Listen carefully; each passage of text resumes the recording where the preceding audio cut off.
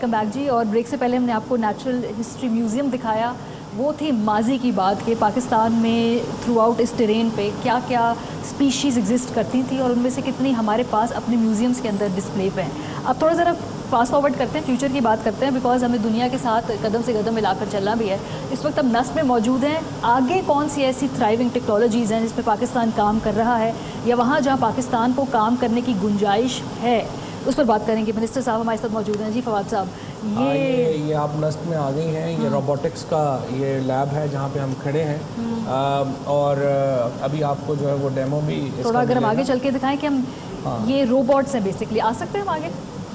बिल्कुल ठीक है। तो ये एक रोबोट की टीम बनाई हुई है, मेरे ख्याल है अगर हमें एक्सप्लेन कर सके यहाँ पे जो लैब। और यासिर भाई थोड़ा सा मैं आपको ये बता दूँ कि ये जो नेस्ट है ना, ये हेडक्वार्टर्स है पाकिस्तान का, जो आगे हमारी जो टेक्नोलॉजीज़ आ रही हैं उनके लिए, और ये रोबोटिक्स की ये लैब यहाँ पर है। ओवरऑल पाकिस्तान में 11 लैब्स हैं जो काम कर रही हैं, 9 यूनिवर्सिटीज़ काम कर रही हैं। इस तरह से आर्टिफिशियल इंटेलिजेंस की हमारी 6 लैब्स हैं, उनके ऊपर 9 यूनिवर्सिटीज़ काम कर रही हैं, और बहुत बड़ा काम पाकिस्तान में हो रहा है। अनफॉर्चुनेटली हाईलाइट नहीं हो रहा, हाईलाइट ये बहुत बड़ा काम हुआ है। डॉक्टर थोड़ा हमें बताइए ये प्रोजेक्ट क्या है, ये क्या प्रोजेक्ट है? ये रोबोकप प्रोजेक्ट कहलाता है। RoboCup is actually an abbreviation for robotics world cup. Robotics world cup को छोटा करके रोबोकप कहते हैं। अच्छा। और ये दुनिया का सबसे बड़ा कंपटीशन है एआई बेस्ड रोबोटिक्स। ये कहाँ पे होता है? ये हर साल डिफरेंट मुल्क में होता है। अच्छा। तो इस साल ये सिडनी ऑस्ट्रेलिया में हो रहा है, अगले साल फ्रांस में होना है, उससे पहले चाइना में भी हुआ है, कनाडा में। क्रिकेट वर्ल्ड कप जीते ना जीते ये चांस है हमारा। अच्छा, तो पाकिस्तानी टीम वहाँ जाती है करने के लिए कम्पीट? मुझे नहीं मालूम था ये। साउथ एशिया, पूरे साउथ एशिया में से वाहिद टीम जो आज तक सिलेक्ट हुई है। इंडिया में भी नहीं हुआ है? इंडिया में भी नहीं हुआ। इंडिया एक्चुअली इंडिया ने, मलेशिया ने, जर्मनी ने, बहुत सारे उनके मीडियाज ने हमारी हेडलाइंस निकाली है अपने न्यूज़पेपर्स में कि पाकिस्तान की टीम जनूबी एशिया से वाहिद और पहली टीम है जो आज तक इसमें सेलेक्ट हो पाई है। 2014 से लेकर अभी तक हम इसमें कम्पीट कर रहे हैं। एक्सेलेंट। तो ये कैसे इधर हमें दिखाएगा कि काम कैसे करता है? इनमें ये कंपटीशन की खास बात ये है कि रोबोट्स ने ऑटोमेटिकली खुद खेलना होता है सॉकर, और फील्ड के अंदर आप उसको कोई इंसान भी गाइड नहीं कर सकता, बाहर से कोई कंप्यूटर भी अटैच नहीं कर सकता। अच्छा। और हर रोबोट ने अपनी इंटेलिजेंस से खुद पूरी सॉकर खेलनी होती है। उसको पता होना चाहिए मैं फील्ड में कहाँ खड़ा हूँ, लाइंस को और एजेस और कॉर्नर्स को देख के वो पता लगाता है। जैसे करके दिखाइए ना, ये कैसे होगा? अभी आपको बॉल को फॉलो करके दिखाएगा। जी, आप उसको बॉल दिखाइए। ये हम इसको बॉल दिखाएंगे। अब जैसे ये बॉल को देख रहा है तो ये बॉल की तरफ फॉलो करता हुआ आ रहा है। जितनी बॉल से दूर होती है उतना वो तेज चलने की कोशिश करता है, जितनी बॉल करीब होती है उतना स्लो चलता है। सही। अगर मैं इसको किक मारूं थोड़ा सा यहाँ पे, इसको फॉलो, ये जाएंगे इसके पीछे? जी, इसके पीछे जाएंगे। बेसिकली वो बॉल को फॉलो कर रहा है। हाँ, very interesting. In the real game of course इसको ये भी पता होना चाहिए कि कौन से प्लेयर्स इसकी साइड पे हैं, कौन से प्लेयर्स ओपोनेंट की साइड पे हैं। कैसे पता चलेगा इसको? ये तो सारी एक ही टीम है ना? जी जी, एक टीम है। तो ये 6 रोबोट्स एक टीम में खेलते हैं, 6 रोबोट्स अपोजिट टीम में खेलते हैं, और शर्ट के कलर से अंदाजा लगाते हैं कि कौन सी टीम किस साइड, कौन से प्लेयर्स किस साइड पे, क्योंकि रोबोट सारे आइडेंटिकल होते हैं। ये कंपटीशन की रिक्वायरमेंट होती है that you must use the same robot. तो ये सारे लोकली वहाँ पे यहाँ के स्टूडेंट्स ने बनाया है ये जो पूरा इसका जो एआई एल्गोरिथम है वो टोटली 100% स्क्रैच से यही लिखा गया है। जो प्लेटफॉर्म है वो सब यूनिवर्सिटीज़ को यकसा यूज़ करना पड़ता है। जो अमेरिका की यूनिवर्सिटी जाती है वो भी यही वाला एल्गोरिथम यूज़। तो हम एट पार हैं दुनिया भर में किसी भी टीम से? हमारी टीम से कुछ इसकी परफॉर्मेंस भी बताया ना हमारी इस टीम में क्या क्या। तो ये मैं बताऊँ कि इसका जो क्वालिफिकेशन प्रोसेस है बड़ा कॉम्प्लेक्स होता है। अच्छा। और इसमें दुनिया की मुख्तलिफ टीमें कोशिश करती हैं पार्टिसिपेट करने की, और उसके बाद इसमें पूरी दुनिया से टोटल 20 टीमें सेलेक्ट हो पाती हैं। अच्छा। अब ये 3 रोबोट्स छोटा सा जरा डिफिकल्ट से मोशन, इसके बैलेंस की डेमोन्स्ट्रेशन है। एक डांस सा प्रोग्राम किया जो कि इसकी विक्ट्री डांस है, काइंड ऑफ विक्ट्री डांस है। आप थोड़ा पीछे हो जाओ ताकि सर आए। हाँ, ये दिखाइए।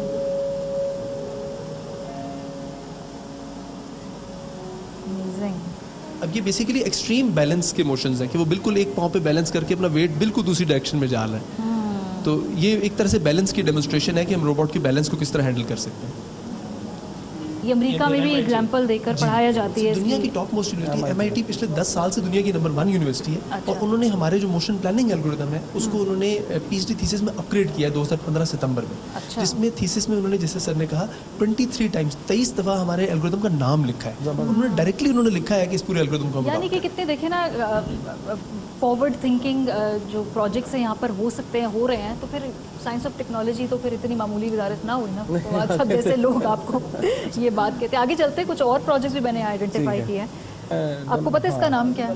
पेपर। एक खातून के नाम पे इसका नाम पेपर जी इसका नाम पहले बताएं, पेपर क्यों है? क्यों है तो हमें नहीं पता, but this is paper robot and this is the first one we are having in here.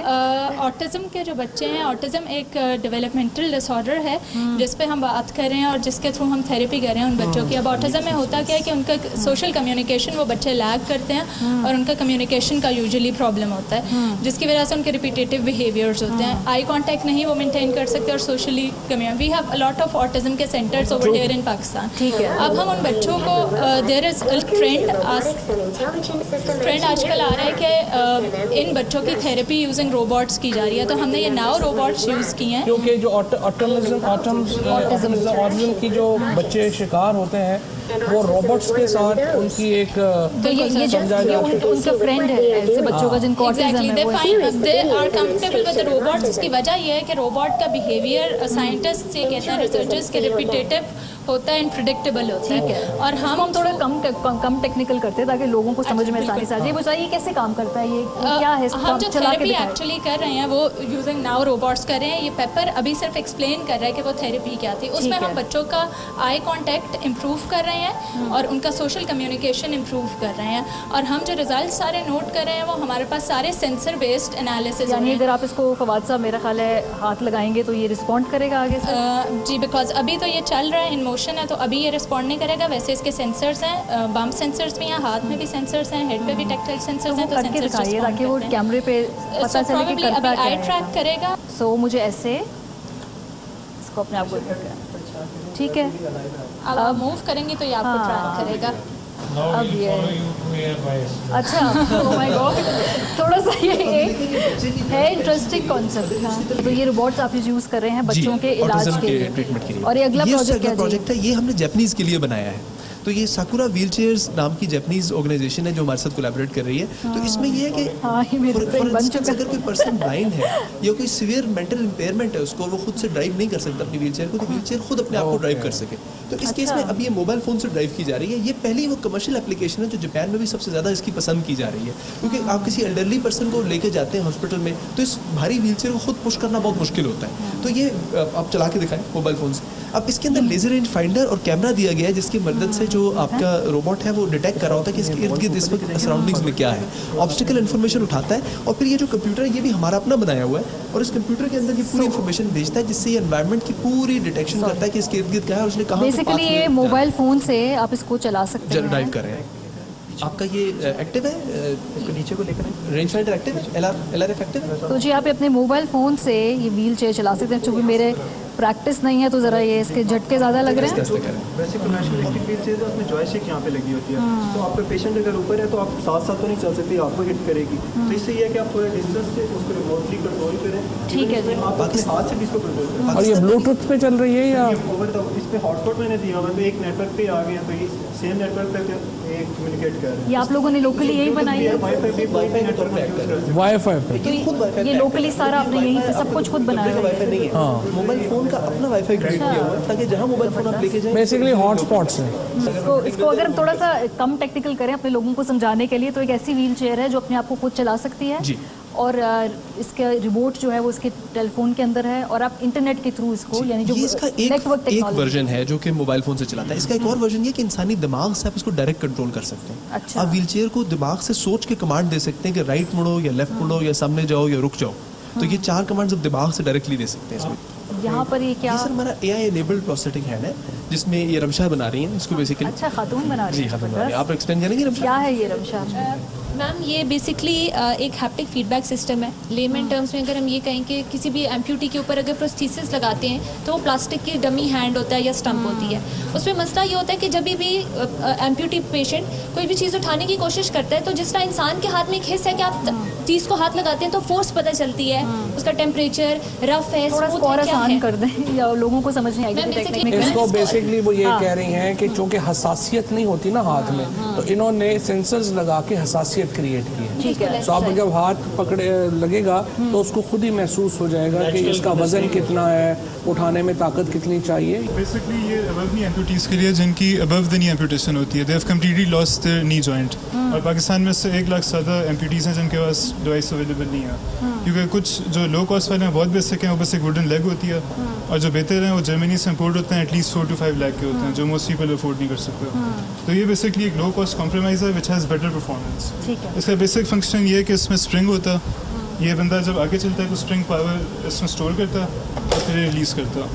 तो ये डिवाइस हम अभी तक टेस्ट भी कर चुके हैं, टेस्ट कर रहे हैं ना इसके अंदर, हम देख रहे हैं पेशेंट्स पे टेस्ट की गई है। ये हमने मैन्युफैक्चर काफ़ी सारी जगह से कोलैबोरेशन से किया था। HIT में मैन्युफैक्चर किया, AFRM से हमने उनकी सपोर्ट ली थी, और ये हमने फौजी फाउंडेशन हॉस्पिटल में एक एम्पूटी ढूंढे थे जिन पर टेस्ट किया। तो ये काफ़ी टॉल भी है, उनका वेट भी ज़्यादा है, यानी ये डिवाइस उनको वेट भी बर्दाश्त कर रहा था, और ये कंफर्टेबली से वॉक कर। ये बेसिकली अब हम मिनिस्ट्री ऑफ हेल्थ को शोकेस कर रहे हैं कि ये चूँकि बहुत सस्ते हैं, जर्मनी वगैरह से आते तो हैं लेकिन बहुत महंगे हैं। कितने सस्ता पड़ेगा हमें जब बाहर से मंगवाने में? 97% कॉस्ट रिडक्शन है, और अगर ये 1,50,000 लोगों को प्रोवाइड करते हैं तो 98 बिलियन रुपीस की सेविंग होगी। अच्छा।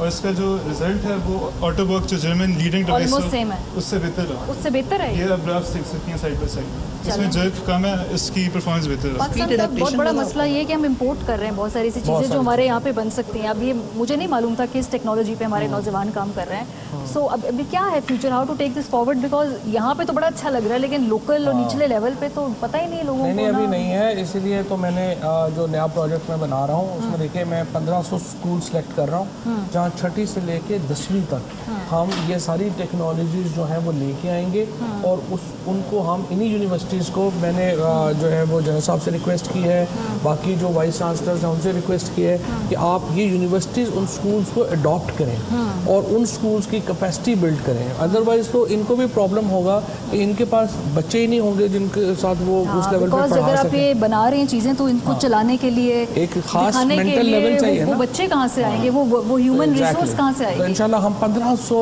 मॉडल स्कूल जो है वो बनाएंगे इन फर्स्ट फेज, और उन स्कूलों को हम एक state of the art classrooms देंगे, लैब्स देंगे, और उनको फिर ये यूनिवर्सिटीज़ अडॉप्ट करेंगे, और वहाँ से फिर हम बड़ा मज़ा आया फवाद साहब आपके साथ आज ये कुछ जगह देखकर। अब आपके तमाम वादे हमने नोट कर लिए, हम 1-1.5 साल बाद दोबारा आपसे पूछेंगे कि जो आपने सारी प्रोजेक्ट शुरू करने का कारण की क्या प्रोग्रेस हुई है, एंड होपफुली बिल्कुल भी बोरिंग नहीं है। साइंस और टेक्नोलॉजी की वजारत जैसे कि पहले ये इमेज दिया जाता था, you made it interesting. Thank you very much जनाब। आज के प्रोग्राम में हमने ख़ास तौर पे फोकस किया साइंस और टेक्नोलॉजी की वजारत को, और हमने जानने की कोशिश की कि आखिर क्या ये वाकई क्या इस एक सज़ा है अगर ये वजारत दे दी जाए।